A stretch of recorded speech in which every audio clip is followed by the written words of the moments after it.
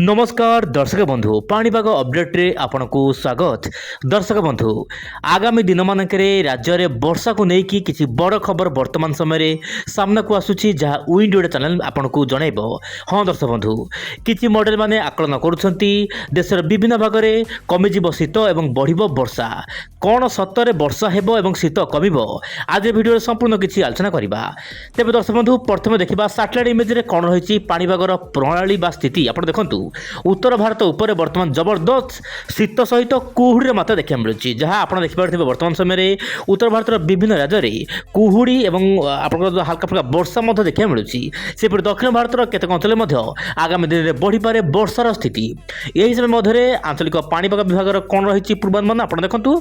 दर्शक बंधु आंचलिक पाणीपाग पूर्वानुमान करिछि वर्तमान जो भली तापमात्रा रही आगामी 4 ରୁ 5 दिन पर्यंत यही सर्वनिम्न तापमात्रा रहिबो माने तापमात्रा रे कौनसी परिवर्तन हबार आशंका नहीं कि शीत कौनसी जीवार आशंका नहीं। वर्तमान जमी शीत रोचे शीत सेमती जारी रहिबो किंतु मु आपको कहबो चाहिबी 22 ରୁ 23-24 तारीख मध्य राज्यर विभिन्न अंचल धीरे धीरे शीत कमिब। जो शीत रोचे वर्तमान समय बहुमात्रा कमिबाई पाग अनुकूल हेबो। कहीं पाग अनुकूल हेबो मु आपको सामान्य भाव कहबो चाहिबी। दर्शक बंधु बंगोपसागर किसी वायु जीव जहाँपाई दर्शक बंधु आपंकर कुहुड़ी मात्रा बढ़िबो। जेतेबेले कुहुड़ी जेतेबेले बढ़ीजिबो शीतर प्रकोप कमिबाई गोटे प्रकार बाट फिटिजिबो बोली जहाँ सूचना मिलुछि। वर्तमान देखिबा वायुर चलन कौन रही दर्शक बंधु वर्तमान आपंकर बंगोपसागर तल लाटिट्यूड बा श्रीलंका आखपाख अंचल लगातार सक्रिय रोचे। वर्तमान आम देखिए गत 15 ରୁ 20 दिन मध्य आप जानी आरब सागर सहित बंगोपसागर बहुमात्रा सक्रिय रोचे किंतु यार प्रभाव भारत पर न रही यार किसी बाह्य बलय आप दक्षिण भारत पर पड़ुछि। आप मोबाइल स्क्रीन देखु यार प्रभाव श्रीलंकार प्रबल अति प्रबल वर्षा जारी रही गत 3-4 दिन है। सहित आप मोबाइल स्क्रीन देखु बेंगलोर ता सहित आप रोचे कर्णाटक केतक जिले में वर्षा हो पाए। तिरुवनंतपुरम में वर्षा प्रबल हो पाए। चेन्नई आखपाख अंचल मध्यम प्रबल वर्षा हेबो। यही समय मध्य आपंकर गोवा केरल केतक जिला मान हल्का मध्यम वर्षा होगापाई पाग अनुकूल रहिबो। तेबे दर्शक बंधु यही समय जदि आम देखा ओडिशार पाणीपाग आप देखु उत्तर पूर्व दिगुरु बा हिमालय प्रदेश वर्तमान आसूची लगातार शुष्क वायु जहाँपाई कि दिन तापमात्रा सामान्य कम रही राति तापमात्रा कम कारण आपण शीत अनुभव करुँच वर्तमान समय किंतु बंगोपसागर वायु जावाई पाग अनुकूल हम आगामी दिन मानक जहाँपाई कि कुहुड़ी बढ़ जमी कहली कुहुड़ी बढ़ और शीत स्थिति में सामान्य ब्रेक लगिपे।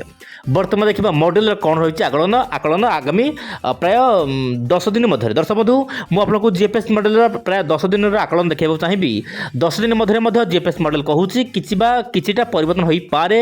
आपंकर मॉडल जो आकलन रोचे बंगोपसागर में छोट मोट घूर्णी बलय हम से पुणी तल लाटिट्यूड जमी रोचे श्रीलंका आखपाख अंचल घूर्णी बलय हम किंतु यार प्रभाव ओडिशा पर रही किंतु सब बड़ खबर हूँ फेब्रुआरी 2 ରୁ 8 तारीख मध्य दर्शक बंधु नोट करूँ फेब्रुआरी 2 ରୁ 8 तारीख मध्य गोटे पश्चिम ढड़ आसो ता सहित बंगोपसागर लघुचाप सृष्टि होइतिबो एवं यह मिलन हबो बोली देखा मिल पारे। जीएपीएस मॉडल कहूँ मिलन हम लघुचाप एवं पश्चिम झड़ जहाँपाई कि देशर विभिन्न भाग में बदल जाव पाणीपाग स्थिति।